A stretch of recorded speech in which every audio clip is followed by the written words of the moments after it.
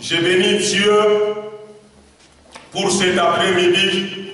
Je lui rends grâce parce que c'est un Dieu bon. Bien-aimé, c'est un Dieu bon. Bien-aimé, si nous sommes encore vivants cet après-midi, c'est sa bonté. C'est sa bonté, bien-aimé, c'est sa bonté. Je n'ai rien fait pour être là. Tu n'as rien fait pour être là. Parce qu'au moment où nous sommes en train de célébrer, bien-aimé, il y a des gens qu'on est en train d'enterrer. Bien-aimé, au moment où nous sommes en train de chanter, de glorifier, il y a des gens qu'on est en train d'enterrer. Tu n'as rien mérité. Voilà pourquoi tu ne peux pas rester indifférent. Bien-aimé, je ne peux pas rester indifférent. Je peux danser pour ce Dieu. Je peux même me tourner par terre parce que je sais d'où il m'a pris. Je sais d'où il m'a pris. Je sais d'où je viens. Je sais qui je suis.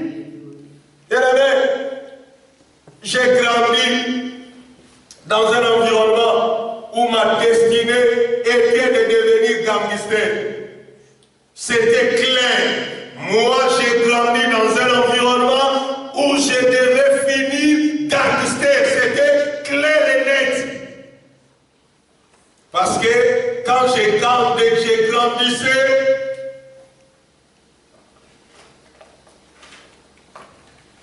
mon jeu préféré, c'était se battre. Quand les autres jouaient au ballon, quand les autres faisaient tout, moi je me battais. Et quand je commence à me battre, c'est vraiment sérieux. Donc si je me bats avec Joseph, donc Joseph doit aller informer sa mère, son père, ses soeurs, ses frères de fuir la maison. Parce que si je finis avec Joseph, je vais aller terroriser et son père, et sa mère, et ses frères, et ses sœurs. Et si je vais danser pour Dieu aujourd'hui, c'est comme David qui dit à Michal. Il dit, Michal, tu es une insensée. Parce que je suis en train de danser pour celui qui a pris le royaume à ton père et il me l'a donné.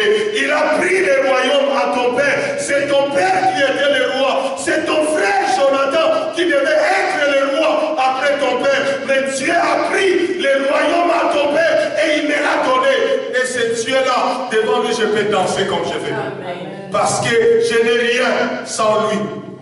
Bien-aimé, j'ai grandi dans une famille où on n'atteignait pas 18 ans. Il y avait une malédiction familiale. On n'atteignait pas 18 ans. Avant 18 ans, tu mourais. Mais Dieu m'a fait grâce. Lors de mes 17e année, j'étais à la frontière de la mort. J'ai rencontré le Seigneur et ma vie a changé. Il m'a donné le pouvoir sur la mort. Il m'a donné l'autorité sur la mort. Voilà pourquoi on ne peut que les célébrer. Bien aimé, on peut rester là toute l'après-midi en train de l'adorer, en train de le lever, parce que l'homme a été créé pour ça. L'homme a été créé comme instrument de l'adoration de Dieu. Bien aimé, j'étais quelque part cet avant-midi, j'ai prêché la parole. Je voulais quand même passer un temps à adorer Dieu, à dire à Dieu je t'aime, à dire à Dieu je t'aime. Bien aimé, j'ai grandissé à cause de ce que j'étais et je faisais. Les gens ne m'aimaient pas. Les gens ne m'aimaient pas. Donc quand j'ai passé dans la rue, on disait regardez ce fou là. Les gens ne m'aimaient pas. Mais lui, il m'a aimé malgré mes bêtises. Lui, il m'a aimé. Même mon père avait honte de moi. Même ma mère avait honte de moi. Mais lui n'a jamais eu honte de moi. Il m'a aimé malgré mes imperfections. Parce qu'il regardait le but qu'il avait pour moi. Amen. Je vous ai dit les dimanches d'avant. Je vous ai dit quand j'ai grandissé. Moi quand j'avais moins de 5 ans. Je portais des chaussures orthopédiques. C'est-à-dire j'étais handicapé de naissance. Quand j'ai grandi, c'est moi, que vous voyez aujourd'hui tenir sur 2 pieds. Avant mes 5 ans, j'ai porté des chaussures orthopédiques.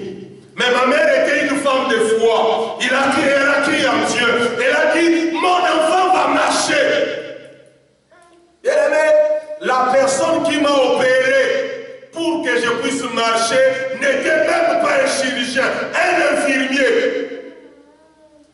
quand Dieu est derrière quelque chose, mais voilà pourquoi, quand tu vois quelqu'un faire quelque chose, s'accrocher à Dieu, cela veut dire il est passé quelque part. Amen. Il est passé quelque part. Il a un parcours avec Dieu. Ce n'est pas de ça qu'on est venu parler cet après-midi. Cet après-midi, on est venu parler d'apprendre à écouter Dieu. Apprendre à écouter Dieu. Bien-aimés, les problèmes du monde aujourd'hui, c'est parce que les hommes ont refusé d'écouter Dieu. Bien-aimés, lorsque Dieu a fait les ciels et la terre, la Bible dit au commencement, Dieu créa les ciels et la terre. Les ciels, c'est le domaine invisible, et la terre, c'est le domaine visible.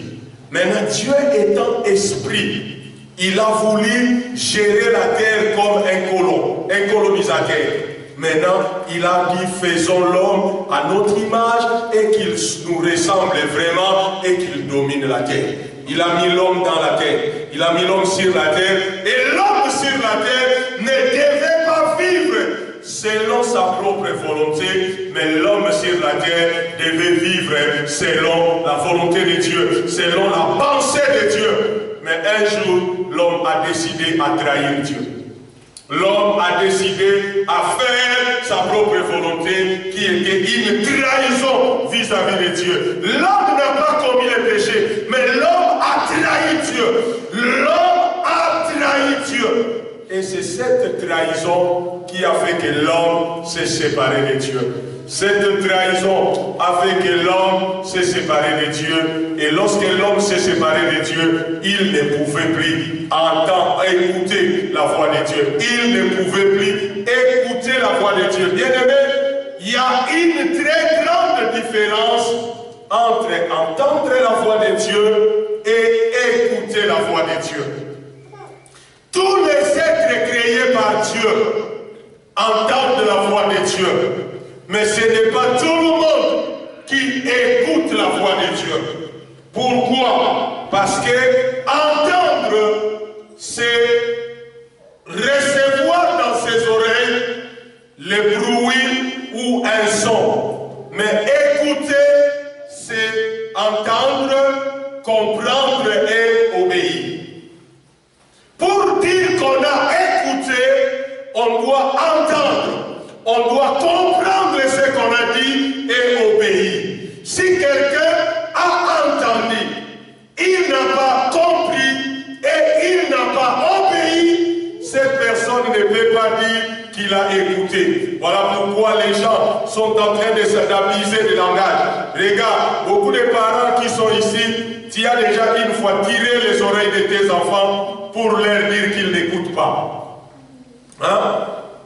Quand tu tires l'oreille de ton enfant, tu dis, toi tu n'écoutes pas, toi tu n'écoutes pas. Est-ce que ton enfant à qui tu dis ça, il est sourd? Non. Répondez, il est sourd? Non.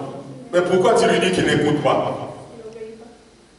Parce qu'il n'obéit pas. Donc cela veut dire, écouter n'a pas à voir avec entendre seulement. Écouter a à voir avec comprendre et exécuter. Lorsque nous disons que nous voulons apprendre à écouter Dieu, cela veut dire nous voulons apprendre quand Dieu parle, que nous puissions comprendre, et lorsque nous comprenons, nous devons faire quoi? Obéir.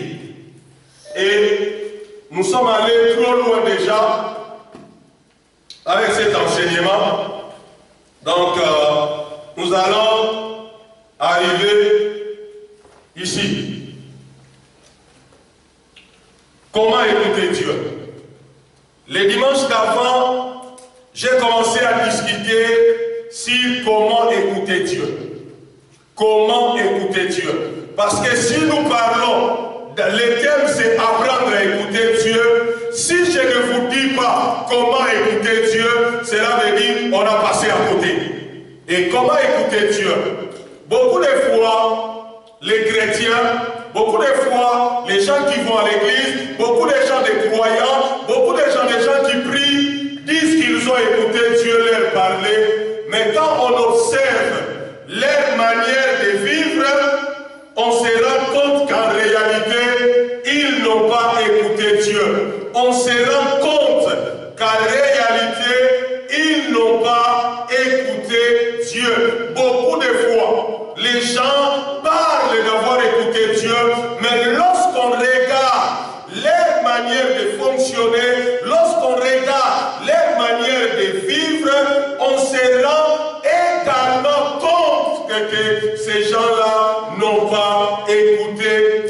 ils n'ont pas écouté Dieu. Ils n'ont pas écouté Dieu.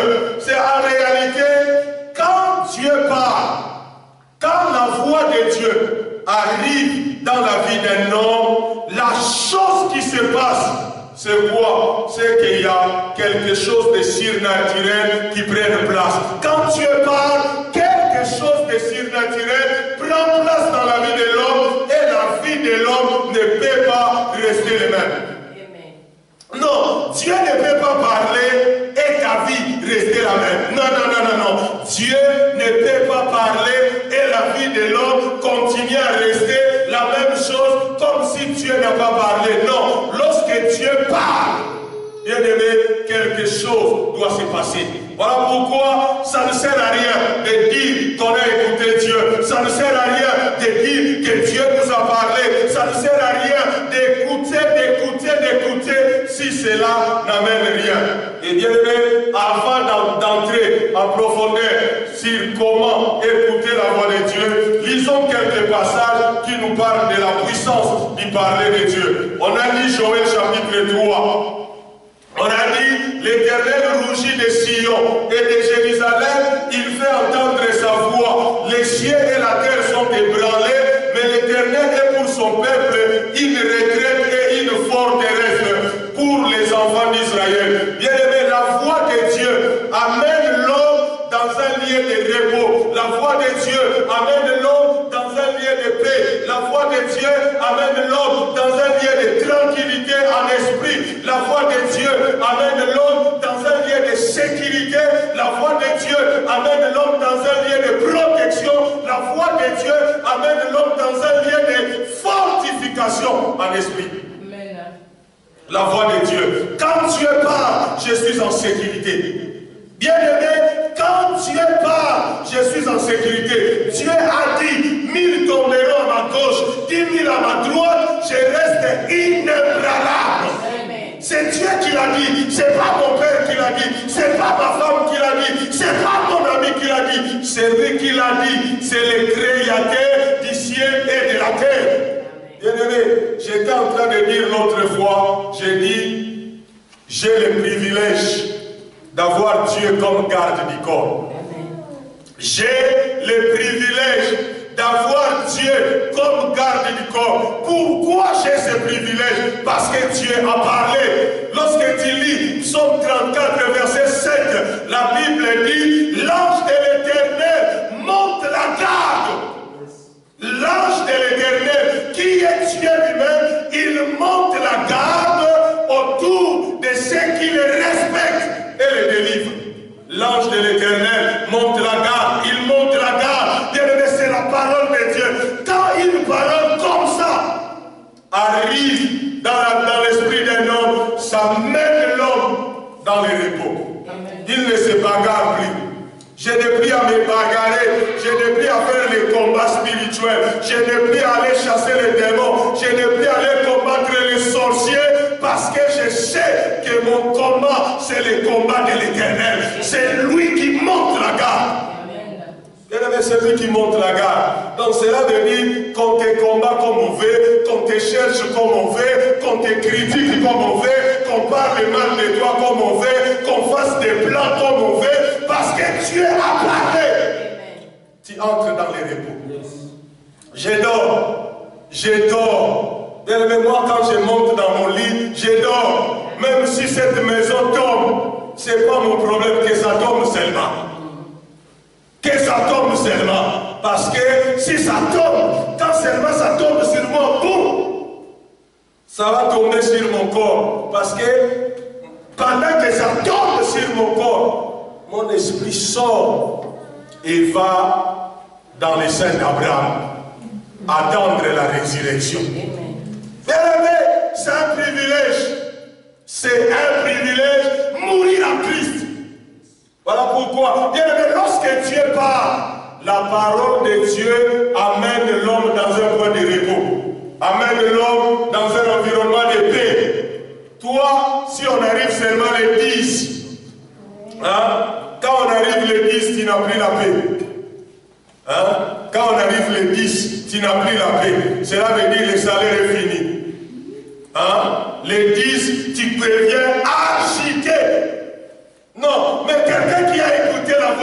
Dieu, même lorsqu'il n'a pas un rond, il sait que la Bible dit, l'Éternel est mon berger, je ne manquerai de rien. Je ne manquerai de rien. Abraham l'a appelé Jehovah Jireh. Cela veut dire quoi?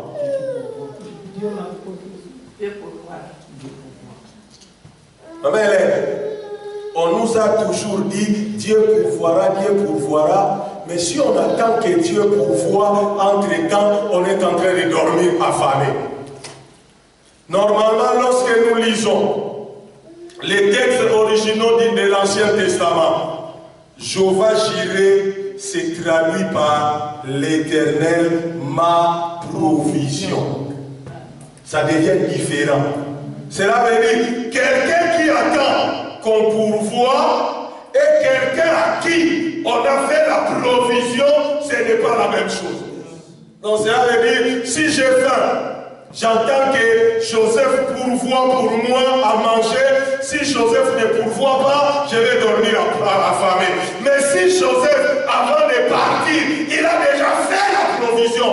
Parce que le bélier n'est pas monté au même moment qu'Abraham. Le bélier attendait Abraham sur la montagne. Dieu, il est lui-même notre provision.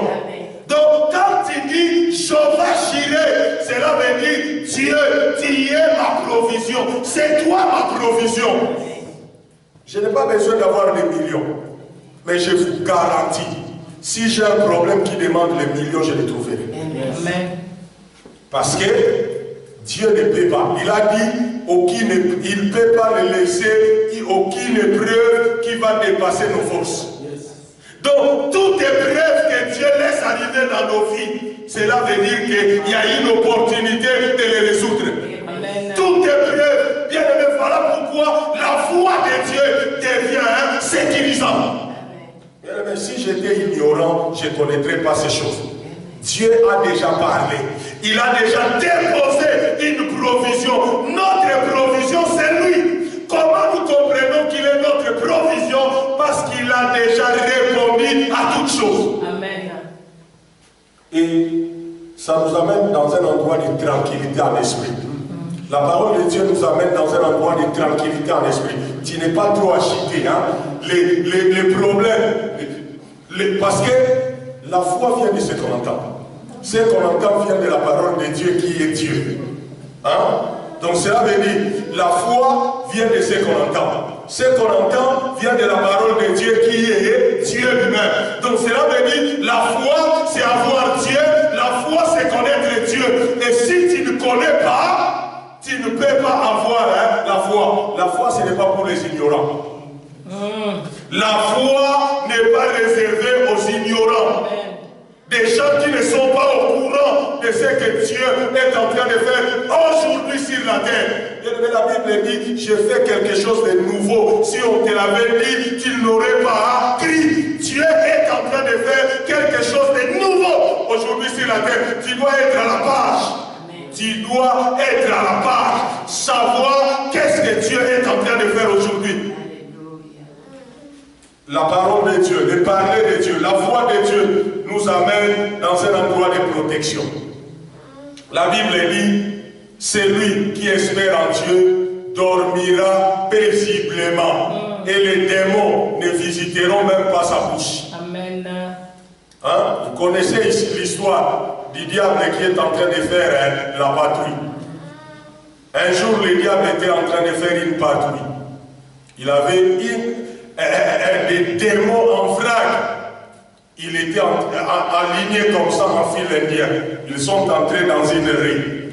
C'était en train de partir. S'il arrive là-bas, il dit, démons de maladie entre ici. Demain, tout le monde dans la maison malade.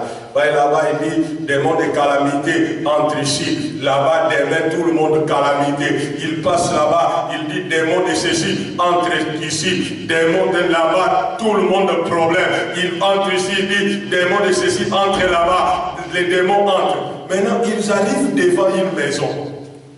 C'était la maison d'un frère en Christ. Soyez les bienvenus, pasteur. Il arrive dans la maison d'un frère en Christ, devant la maison d'un frère en Christ, les démons se rendent compte que non, le diable passe, il n'envoie pas quelqu'un là-bas. Maintenant, il y avait, tu savais, dans les démons, il y a toujours un démon courageux.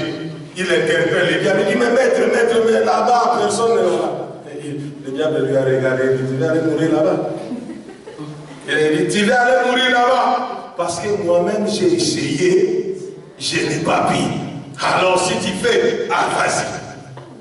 Bien aimé, lorsque quelqu'un est rempli de l'esprit, lorsque quelqu'un a Christ, bien aimé, les sorciers ne peuvent même pas. Bien aimé, regardez tous les témoignages des sorciers. La majorité, ils vont te dire, ils ont arrêté les jours où ils ont failli aller toucher à un chrétien. Et c'est là où, si c'est leur avion ou quoi, ou si c'est quoi, on dit il n'a pas eu de carburant, il est tombé, il est converti. Bien aimé, la voix de Dieu, lorsque Dieu parle, ça mène l'homme dans un endroit de protection. Amen. Parce qu'il a dit, il enverrait ses anges, afin que ton pied ne heurte pas la terre. Il enverrait ses anges. Bien aimé, il y a des anges qui sont en mission. Bien aimé, quand tu marches, il y a des fois des choses qui t'arrivent, tu dis, ah, j'ai eu la chance. Non, Dieu a envoyé un ange qui a enlevé le problème. Parce que les anges sont là au service de ceux qui doivent hériter les salis. Bien aimé, on entre dans un endroit de fortification en esprit. On est plus faible. On a vu Osée 11. Dans Osée 11, on a dit, ils suivront l'Éternel comme un lion. Il rougira. À ses rugissements, ses fils accourront en tremblant de l'Occident. Tremblant, ils reviendront d'Égypte, tout comme des oiseaux et comme des colombes. Ils reviendront de la Syrie. Je les rétablirai dans leur maison. L'Éternel les déclare. Bien-aimé, la voix de Dieu est une énergie divine qui rend caduque notre vie actuelle. La voix de Dieu est une énergie divine qui rend caduque notre vie actuelle et crée le désir d'aller vers le salut. Crée le désir d'aller vers le salut. Bien aimé, lorsque la voix de Dieu vient dans la vie d'un homme, la voix de Dieu libère une énergie divine, il libère une grâce, il libère une onction, il libère une faveur, il libère quelque chose de puissant. Maintenant, tu vas te rendre compte, maintenant, il y a un désir qui se développe d'aller vers le salut. Et le salut ici, ce n'est pas être sauvé pour entrer dans l'éternité, mais le salut ici, c'est sotéria dans sa globalité. Bien aimé, l'élévation, c'est le salut. La grandeur, c'est le salut. La délivrance, c'est le salut. La guérison, c'est le salut. La prospérité, c'est le salut. Donc la voix de Dieu vient rendre ce que tu es caduque. Bien aimé, la voix de Dieu vient rendre ce que tu es aujourd'hui caduque. Quand la voix de Dieu arrive, elle met sur nous l'urgence de bouger de notre position actuelle vers celle identifiée par le Seigneur. Quand Dieu parle, cela te pousse à quitter un point A pour aller vers le point identifié par Dieu. Dieu ne peut pas te parler et tu restes la même chose. Dieu ne peut pas te parler et tu restes au même endroit. Voilà pourquoi j'ai dit, dans Charis, tout le monde se tient comme ça. Dans Charis, tout le monde doit se tenir comme ça, comme je suis. Dans Charis, on ne se tient pas comme ça. Ça, c'est une position de faible. Ça, c'est une position de loser. Dans Charis, tout le monde se tient comme ça. Pourquoi on se tient comme ça? C'est la position de courir. Cela veut dire, on attend la parole de Dieu, pas Dieu leur a dit en Égypte, vous mangerez habillés, vous mangerez avec vos ceintures aux reins, vous aurez votre bâton à main, vous aurez vos sandales aux pieds, vous serez prêts de partir. Dans Charis, on ne mange pas comme des fainéants. Où il y a des gens, quand ils veulent manger, ils se mettent déjà en pyjama. Hein? Avant de manger, il se met déjà en pyjama. Parce qu'il sait que quand il va finir, ce sera pour faire quoi? Pour dormir. Mais nous, on ne mange une position de courir, on reçoit la parole de Dieu, on court pour mettre cette parole en quoi? En pratique. La parole de Dieu vient, elle met en nous l'urgence de bouger de notre position actuelle vers celle identifiée par Dieu. Il y a une position que Dieu a identifiée pour toi. Il y a une place que Dieu a préparée pour toi. Voilà pourquoi Dieu te parle. Il te parle pourquoi? Pour que tu quittes ta position actuelle et que tu ailles là où Dieu est en train de t'attendre. Et bien aimé, Dieu nous parle pour nous sauver du système de ce monde. Dieu nous parle pour nous sauver de ce système de ce monde, ce système babylonien, ce système rétrograde qui amène les gens nulle part. Amen. Là, vous verrez une maman dans la cité qui porte taille basse. Là, vous verrez, j'étais en train dimanche passé, j'ai dit, tu vois, j'ai donné l'exemple de Lady. Lady maintenant vient à l'église, elle met taille basse. Maintenant, Andy et Raymond sont en train de suivre derrière, en train de regarder leur maman qui a mis taille basse. Tu es en train de les maudire. Tu es en train de maudire ces enfants-là. Qu'est-ce que tu es en train de les montrer? Tu ne peux pas garder ton pantalon là-haut. Non, on ne peut pas faire ça. On ne peut pas faire ça. La parole de Dieu nous amène dans une position élevée, dans une position bien aimée, où nous devenons des personnes différentes. Mais on ne peut pas continuer à écouter la parole de Dieu et vivre comme tout le monde. Non, je n'ai pas droit, tu n'as pas droit, tu n'as pas droit, je n'ai pas droit. La parole de Dieu doit nous changer. Mais nous parlons maintenant de comment écouter la voix de Dieu. Le point de départ pour écouter la voix de Dieu est de comprendre que Dieu veut que tout son peuple soit prophétique. Le point de départ. Le point de départ. C'est que Dieu veut que moi et toi, nous soyons prophétiques. Prophétique ne veut pas dire que toi et moi, nous devenons des prophètes. Nous commençons à donner des prophéties sans tête et niquées. J'étais aujourd'hui dans l'église du pasteur. Et à la fin de la réunion, Dieu m'a permis de choisir 5 personnes. Et j'ai choisi 5 personnes que j'ai passées devant. J'ai commencé à prophétiser sur leur vie. Et, bien aimé, vous verrez dans toutes ces prophéties-là, ce ne sont pas des paroles tournées vers la vie individuelle. Ce sont des choses tournées vers le royaume de Dieu. C'est que Dieu veut que l'homme soit, pas des prophéties égoïstes. Dieu te parle, ces jours-ci, on est en train de te pourchasser par les diables, il faut faire attention. Si un prophète te dit comme ça, chasse-les. C'est un faux prophète. Parce que Dieu ne peut pas dire ça. Parce que Dieu a tout prévu. Si le diable te pourchasse, qu'est-ce que lui doit faire? La Bible dit, l'ange de l'Éternel campe autour de ceux qui respectent Dieu. Donc ton problème, ce n'est pas le diable. Ton problème, c'est respecter Dieu. Donc si Dieu, alors, qui doit te protéger, commence à te dire que le diable est en train de te poursuivre, alors tu as un problème. Dieu a un problème. Dieu a un problème. Ton problème, c'est toi, mets-toi à jour. Commence à respecter Dieu. Brise les failles.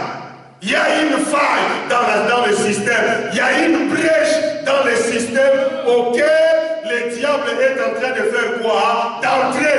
Ferme cette faille. Et cette faille, tu peux le fermer qu'en ayant la connaissance. Cette faille, tu peux la fermer qu'en ayant la connaissance, en ayant la bonne connaissance de qui est Dieu, en ayant la bonne connaissance de comment le système de Dieu fonctionne. Tu dois connaître, tu dois comprendre comment le système de Dieu fonctionne. Dieu fonctionne avec des principes. Tu veux vaincre, fais ça. Tu veux être faible, fais ceci. Tu veux être fort, fais ceci. Alléluia. Le point de départ est de comprendre que Dieu veut que tout son peuple soit prophétique. Être prophétique, c'est être capable d'écouter la voix de Dieu. Être prophétique, c'est l'état de l'homme à la création. À la création, Adam n'était pas prophète. Adam n'était pas prophète. Mais il pouvait parler avec Dieu face à face.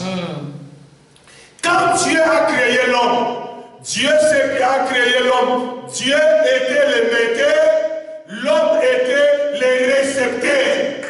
Cela veut dire, quand Dieu parle, l'homme doit écouter. Amen. Parce que tout ce que Dieu a créé écoute la voix de Dieu. Amen. Même les arbres écoutent la voix de Dieu. Amen. Même l'eau écoute la voix de Dieu. Même les vagues écoutent la voix de Dieu. Même la tempête écoute la voix de Dieu. Jésus était dans la barque, vous vous souvenez, avec les disciples. La Bible dit, il y avait des vagues, il y avait des tempêtes. Les disciples disaient, nous mourrons, nous mourrons. Jésus s'est levé, il a levé la main. La Bible dit, il a parlé, il a menacé la tempête s'est calmée. Regardez le discours des disciples à la fin. Il dit, quel est ce genre d'homme à qui même les vents obéissent? À qui même les vents obéissent? Cela veut dire, pour que les vents obéissent, les vents ont entendu et ont compris la parole. Donc cela veut dire, Jésus a parlé, les vents ont entendu, ils ont compris ce qu'il a dit, ils l'ont fait quoi? Ils ont obéi. Bien aimé, obéir à Dieu. Regardez Nombre chapitre 11. Alors Josué, fils de Nun, qui était l'assistant de Moïse depuis sa jeunesse, intervint en disant, Moïse mon maître, empêche-les de faire cela. Moïse lui répondit, serait-il jaloux pour moi que l'Éternel au contraire accorde son esprit à tous les membres de son peuple pour qu'ils deviennent tous des prophètes? Pour qu'ils deviennent tous des prophètes. Et dans Charis, tout le monde est prophète. Amen. Tu es le prophète de ta vie. C'est le souhait de Dieu qu'ici, tout le monde soit prophète. Parce que les prophètes, le rôle des prophètes, c'était quoi? Le rôle des prophètes, c'était être des porte-parole de Dieu. Dans l'Ancien Testament, les prophètes ont servi des porte-parole pour Dieu. Mais dans le Nouveau Testament, dans le Nouveau Testament, les prophètes n'ont pas le même rôle. Les prophètes, parce que dans le Nouveau Testament, les 5 ministères sont des enseignants. Mais les prophètes ont le don de prophétie parce qu'ils enseignent la pensée exacte de Dieu. Amen. Et il peut aussi donner des paroles, donner des clartés à d'autres pour que leur vie puisse faire quoi? Avancer. Bien aimé, il dit les souhaits. Au contraire, laisse Dieu accorder son esprit à tous les membres de son peuple, à tous les membres de Charis, pour qu'ils deviennent tous des prophètes. Ici, Dieu ne parle pas d'avoir les ministères prophétiques, mais plutôt devenir prophétique. Le souhait de Dieu, ce n'est pas que tout le monde devienne des prophètes des ministères, que tout le monde devienne des enseignants, mais le souhait de Dieu, c'est que tout le monde devienne prophétique, que tout le monde ici, même nos enfants, aient la capacité d'entendre la voix de Dieu, de comprendre ce que Dieu dit et d'obéir. Ils sont déjà grands. Hein? Emmanuel, Galad, Dylan, Denzel, vous devez être à mesure, Samantha, à mesure d'entendre la voix de Dieu quand Dieu parle.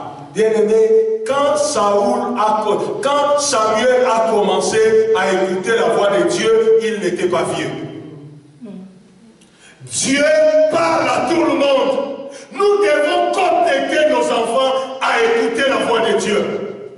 Connecter les enfants. Lorsque les enfants lisent la Bible régulièrement, ils pourront comprendre comment Dieu fonctionne. Et lorsque Dieu commencera à leur parler, n'attendez pas que ton enfant devienne voyou pour qu'on commence à prier.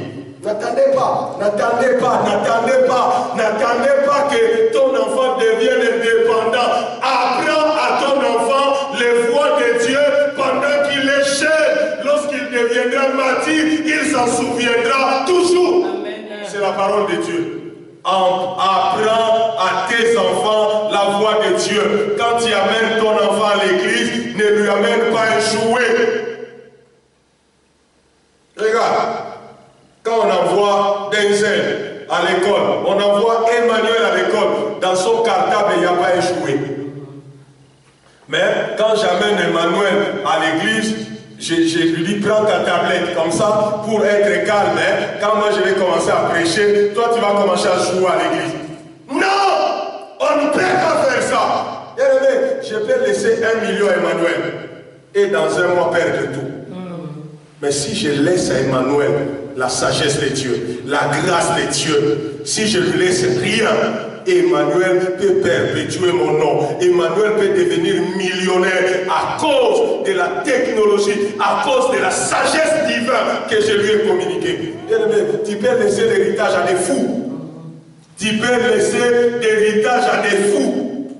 J'ai un ami pasteur. Il disait à son fils, il dit, toi là, avec tout ce que j'ai fait, comment je me bats jour et nuit pour respecter Dieu. Toi, tu ne veux pas changer. Elle dit, je te laisse encore une année. Si dans une année tu ne changes pas, je vais aller chez le notaire, je vais te déshériter. Parce que mon argent, que moi je souffre, que l'argent que j'ai parce que je sers Dieu, toi tu ne pourras jamais l'hériter. Tu ne pourras jamais, parce que mon argent que moi j'ai hérité dans la fidélité à Dieu, toi, tu peux t'en servir pour te pervertir. Tu peux t'en servir pour boire. Tu peux t'en servir pour prendre des femmes. Tu peux t'en servir pour te droguer. Alors, je ne peux pas te laisser mon héritage. Je dois voir que tu as changé. Je dois voir que tu me mérites comme père. Il y a des choses qu'on ne doit pas négocier. Il y a des choses qu'on ne doit pas négocier. Avec Dieu, on doit devenir radical. Sinon, le monde va nous engloutir. Le monde va nous engloutir. Vous voyez ces enfants-là, si on ne fait pas attention, si on ne fait pas attention, hein, je serai surpris. Un jour, je vois Galate qui entre avec une amie. Et il me dit, papa, tu sais, moi maintenant j'aime les femmes.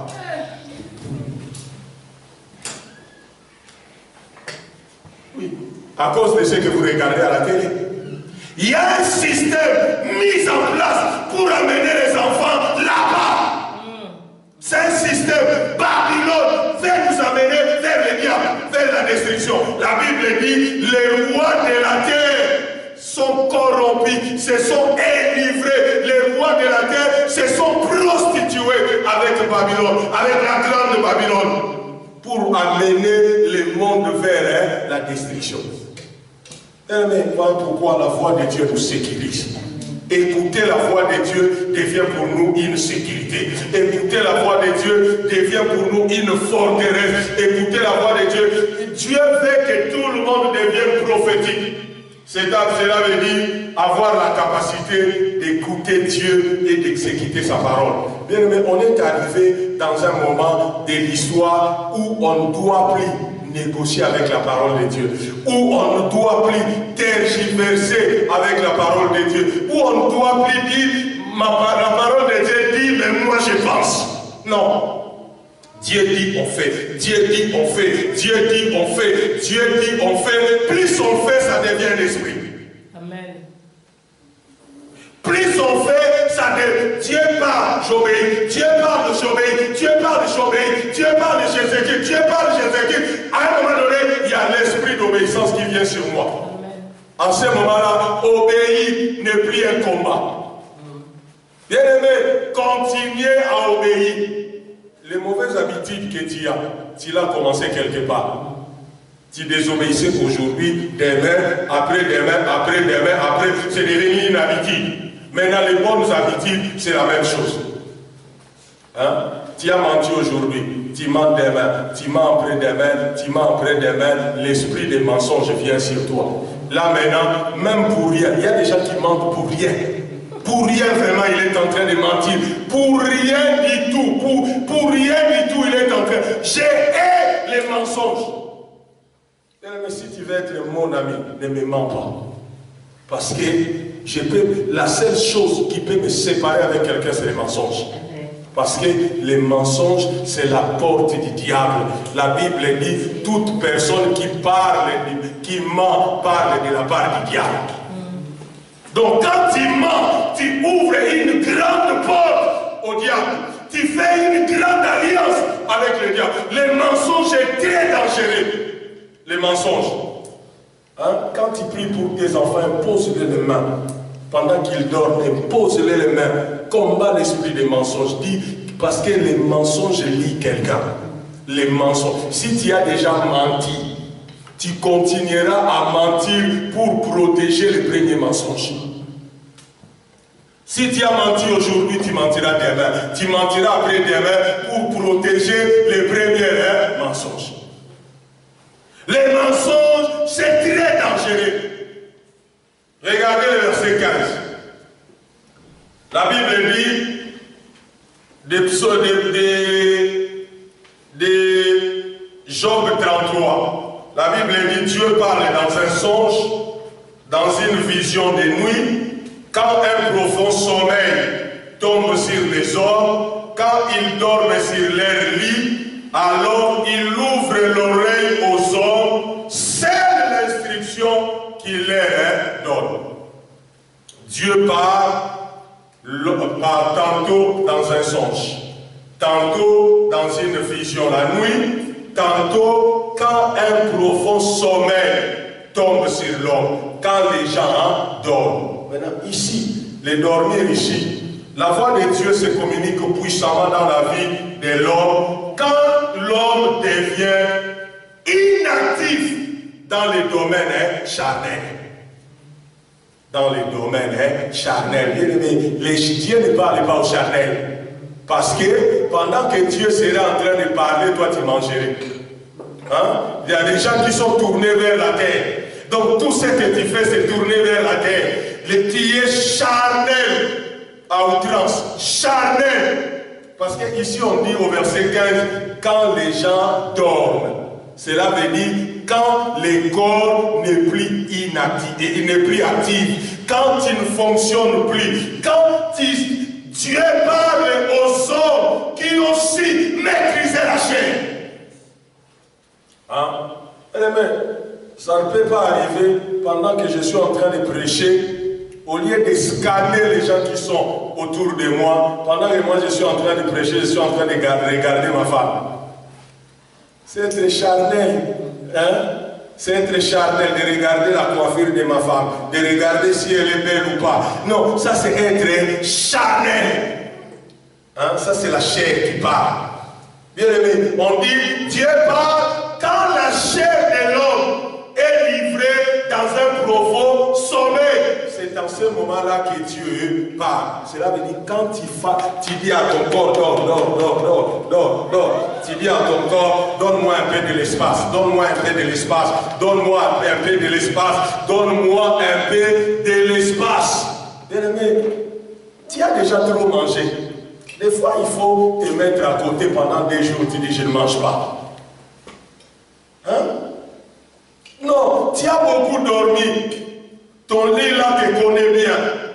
Il faut si un jour tu te mets sur le canapé, tu restes là toute la nuit, tu ne parles pas, tu regardes, tu dis Dieu, je vais. On dit, Jacob a rencontré Dieu, c'était la nuit. Jacob a rencontré Dieu, c'était la nuit. Toi, tu aimes trop les gens. Tu aimes trop l'attroupement. Tu aimes trop la masse. Tu n'as jamais connu vivre seul. Bien-aimé, je suis un grand solitaire parce que j'ai compris que c'est là que Dieu parle. Je peux me réveiller le matin, je peux être là dans mon lit du matin jusqu'au soir. Je suis seulement dans mon lit. Du matin jusqu'au soir. Je suis là, enfermé. Tout le monde est au salon, je ne sors pas. Je suis là. Pourquoi? Parce que je sais que c'est là que je traite ma vie. C'est, bien aimé, c'est dans la solitude qu'on traite sa vie. C'est là où je traite mes imperfections. C'est là où je suis face à moi-même. C'est là où je me dis, mais pourquoi jusqu'aujourd'hui je continue de faire ça? Alors que je dois les laisser. C'est comme si un adulte ici son doigt. Hein? J'ai dit, mais Seigneur, jusqu'à cet âge, je ne dois pas continuer à faire ça. Seigneur, aide-moi. Sors-moi de ça. Ça, on ne peut pas le faire au milieu de la foule. Ça, on ne peut le faire qu'à l'écart. Apprenons à mettre à l'écart. Apprenons à nous mettre à l'écart. C'est là où Dieu parle. C'est là où on ordonne. Mais il y a des gens, quand ils gênent, ils prient. C'est pour demander des choses à Dieu.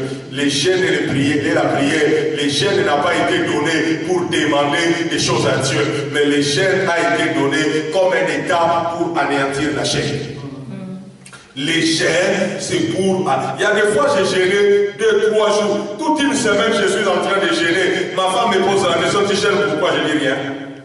Je suis seulement en train de refuser à ce corps de manger.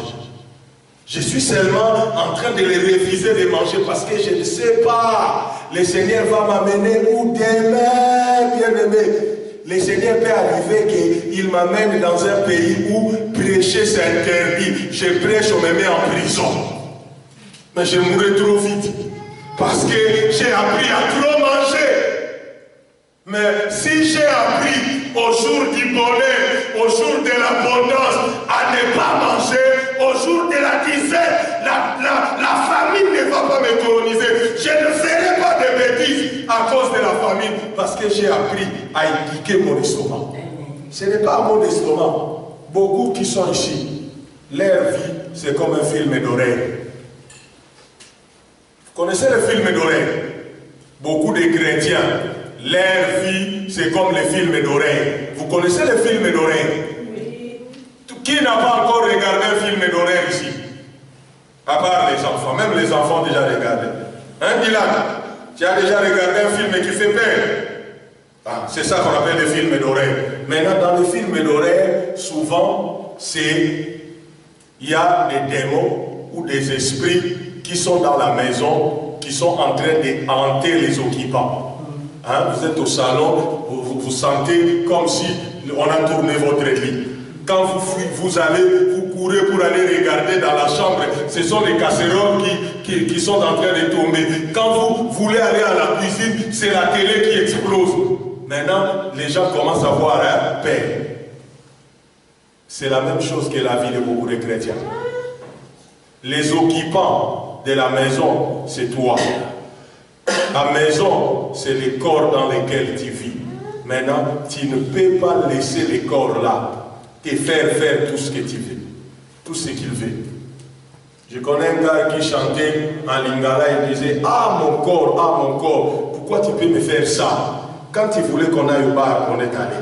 Quand tu voulais boire, je t'ai donné à boire. Tu voulais les femmes, je t'ai donné les femmes. Tu voulais l'argent, je suis allé chercher l'argent. Tu voulais ceci. Maintenant, tu me laisses tomber, tu vas.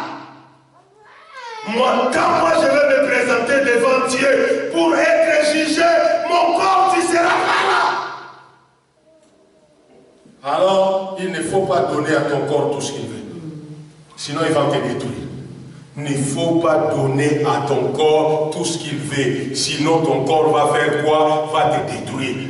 Mais la voix de Dieu se communique lorsqu'on commence à maîtriser la chair. Bien-aimé, ceux qui écoutent Dieu facilement, parce que écouter Dieu, ce n'est pas entendre. Hein?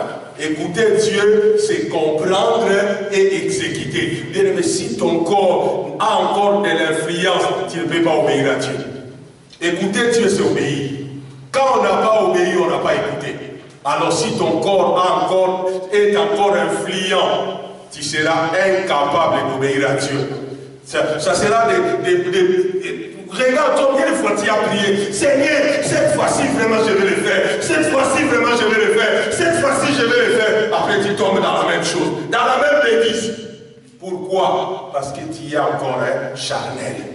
Tu es encore charnel. Ton corps vit encore. Là, vit encore. Il vit encore. Paul dit, j'ai été crucifié avec Christ. Amen. J'ai amené mon corps là, sur le bois, là, à Golgotha. Si je vis, ce n'est plus moi qui vis. Non, ce n'est plus moi qui vis. Ce n'est plus moi qui vis. Ce n'est plus moi qui vis. Mais tu dois laisser Christ vivre en toi. Tu dois donner la place à Christ de vivre en toi. Voilà pourquoi tu auras la capacité. Comme ça, tu auras. Bien aimé, regardez 1 Samuel, chapitre 3, verset 4 à 5. La Bible dit, la lampe sacrée brillait encore. Samuel dormait dans le sanctuaire de l'Éternel, là où étaient déposés les coffres de Dieu. Samuel dormait dans le sanctuaire de l'Éternel. Cela veut dire, pour écouter Dieu, on doit être souvent dans sa présence. Samuel a écouté Dieu parce qu'il était dans la présence de Dieu. Bien aimé, écouter Dieu, nous devons chercher la présence de Dieu. Et puis la présence de Dieu, ce n'est pas la prière. Les gens croient que la présence de Dieu, c'est la prière. Non. La présence de Dieu, c'est la communion avec Dieu. Hein? C'est la communion, c'est la verticalité de l'homme avec Dieu. Comment tu te tiens sur la terre? Bien aimé, la présence de Dieu, c'est ta position spirituelle. La présence de Dieu, c'est pas prier. Parce que la prière peut être une activité qui t'amène même pas dans la présence de Dieu. Parce que la prière doit être un voyage qui commence sur la terre, qui finit devant le trône de Dieu. Mais pour faire ce voyage-là, tu dois être déchargé de la chair. Tu dois être déchargé des fardeaux de l'humanité. Et commencer à bouger pour atteindre Dieu. Samuel dormait dans les sanctuaires de l'Éternel. Samuel dormait dans les sanctuaires. Donc cela veut dire quoi? Si Samuel dormait dans les sanctuaires, cela veut dire que Samuel dormait dans Dieu. Parce que Dieu lui-même, il est le sanctuaire. Et le mot sanctuaire, c'est ce que nous sommes. Le mot sanctuaire, c'est Nayot. Nayot veut dire sanctuaire. Et Charis, c'est un sanctuaire. Sanctuaire veut dire un lieu d'asile, un lieu de refuge, un lieu où, quand quelqu'un est seul, il peut venir trouver une famille. Un lieu où, quand quelqu'un est abattu, il peut venir trouver un réconfort. Un lieu où, quand quelqu'un est délaissé, il peut retrouver de la compagnie. Un lieu où, quand quelqu'un est nulle part, il peut retrouver des solutions pour en sortir dans la vie. C'est ce que nous sommes. Amen. Tu dois devenir un sanctuaire pour les gens. Un sanctuaire, ce n'est pas seulement une communauté, mais individuellement, tu dois devenir un sanctuaire. Amen. Quand quelqu'un est bouleversé, il peut venir auprès de toi et être réconforté. Quand quelqu'un a peur, il peut venir auprès de toi et avoir de l'assurance. Quand quelqu'un se sent dans l'insécurité, il peut venir auprès de toi et sentir de l'assurance. C'est ce qu'on appelle un sanctuaire. Amen. Amen. Samuel dormait dans les sanctuaires de l'Éternel, là où étaient déposés les coffres de Dieu. C'est quoi les coffres? C'est l'arche de l'Alliance. Là où était déposée l'arche de l'Alliance. Et la Bible dit, l'Éternel appela Samuel et celui-là répondit, oui, je suis là. Oui, je suis là. L'Éternel appela Samuel. Bien aimé, regardez Ésaïe, chapitre 42, verset 18. La Bible dit, vous les sourds, écoutez. C'est compliqué, hein? On dit, vous les sourds, écoutez. Cela veut dire, écouter n'a pas besoin des oreilles. Écouter Dieu, tu n'as pas besoin des oreilles pour écouter Dieu. Tu n'as pas besoin des oreilles humaines pour écouter Dieu. On dit, vous les aveugles, regardez et voyez. Bien aimé, la Bible dit, Saul était devenu aveugle, mais il a vu le Seigneur. Amen. Sur le chemin de Damas, Saoul était devenu aveugle. Mais dans son aveuglement, il a fait quoi? Il a vu le Seigneur. Dans son aveuglement, il était aveugle. Mais dans son aveuglement, il a vu le Seigneur. Bien-aimé, c'est seulement lorsque nous allons mourir dans la chair que notre homme intérieur vient à la vie. L'homme intérieur ne peut pas venir à la vie si tu es trop charnel, si tu aimes trop le monde, si tu aimes trop le monde. Parce que voilà pourquoi la Bible dit, celui qui aime le monde est ennemi de Dieu. Celui qui aime le monde est ennemi. Non, tu ne peux pas avoir une vie intérieure efficace si tu aimes, tu es trop charnel. Et par conséquent, Dieu ouvre notre oreille spirituelle. Il faut que ta chair naisse pour que ton oreille spirituelle fasse quoi? S'ouvre. Sans ce moment-là, bien aimé, ça fait du bien. Un jour, j'étais en train de prier pour quelqu'un. Je ne me souviens plus si c'était où. C'était dans une réunion prophétique. Dans une ville quelque part. J'étais en train de prier pour quelqu'un. Dieu m'a dit, maintenant, je vais ouvrir l'oreille de cette personne. Elle va entendre la voix des anges. Bien aimé, quand cette personne a commencé à attendre, la personne s'est roulée par terre. La personne criait. Elle est devenue presque folle. Pourquoi? Parce que Dieu lui a fait accéder aux choses que les communs des mortels n'entendent pas tous les jours. Bien aimé, il faut faire mourir la chair. Il faut faire mourir la chair. Lorsqu'on fait mourir la chair, bien aimé, tu ne peux pas continuer à suivre Dieu en état charnel. Tu aimes trop la chair, tu aimes trop la télé. Hein? Toutes les séries de la télé, tu connais. Tu pries quand? Tu commences le matin, série. Tu vas prier à quel moment? À quel moment? Hein? Quand on regarde tes genoux, il n'y a pas même de traces que tu as prié. Ah, bien aimé. Si nous on a prié dans la vie, hein, on a prié. Bien aimé, un jour on est allé prier. À 23 heures, on nous a mis à genoux. On a commencé à prier. Hein? Ce n'est pas comme aujourd'hui où les gens n'ont pas le respect de Dieu. On prie, les gens ouvrent les yeux comme si on est en train de faire un spectacle. Non, tout le monde avait les yeux fermés. On priait. On a commencé à 23 h du matin. Vous savez, quand on a ouvert les yeux, il y avait le soleil. Posez-moi la question, il était quelle heure? Il était 10 h du matin. 10 h du matin. Mais si on compte les gens qui ont prié dans la vie, nous on a prié.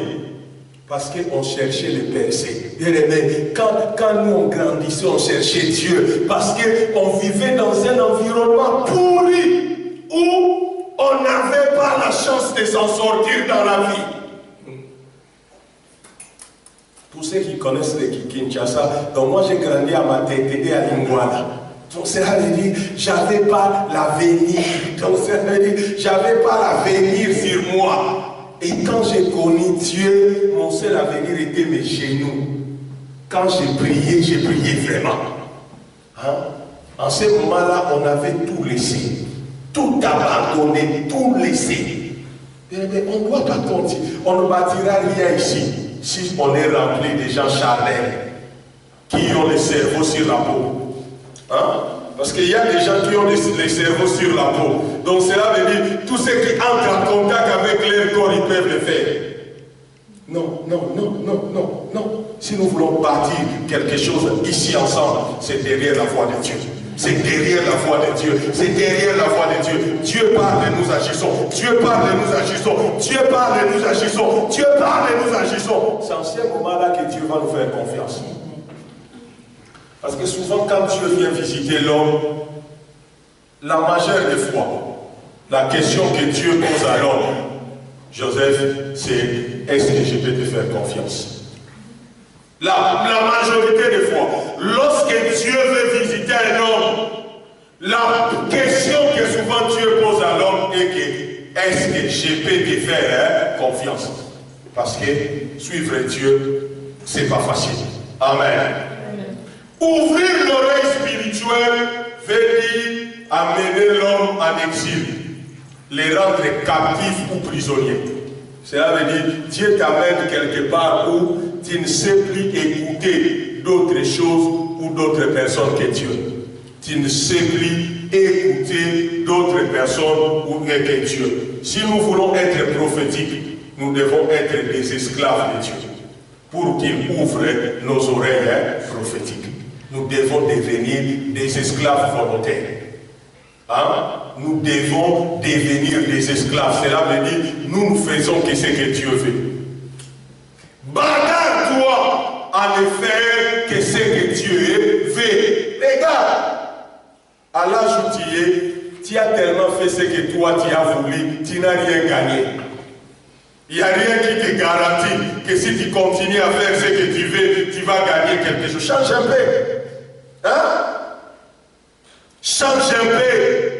Tu as toujours fait ce que toi tu as voulu. Qu'est-ce qui te garantit que ça va t'amener quelque part? À l'âge où tu dois changer. Bien aimé, voyons maintenant l'impact de la voix de Dieu dans la vie d'une personne. La voix de Dieu a un impact dans la vie d'une personne. La voix de Dieu. La voix de Dieu a un impact dans la vie d'une personne. La voix de Dieu. La voix de Dieu a un impact dans la vie d'une personne. Amen. Amen. Amen. Amen. Amen. On va arrêter là parce que on va continuer prochainement. Il est 17h20. On a d'autres programmes. Que Dieu vous bénisse. On va poser 2 ou 3 questions.